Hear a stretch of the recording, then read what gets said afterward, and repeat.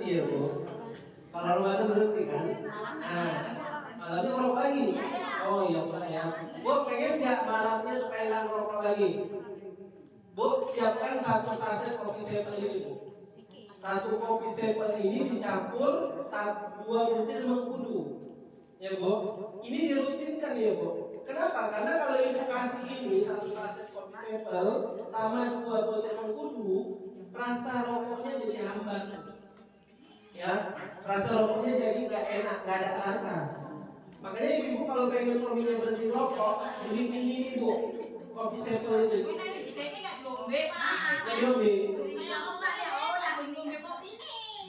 Bu bilang ini bang untuk stamina bang, ya biar abang kuat kerja, ada sawit, itu.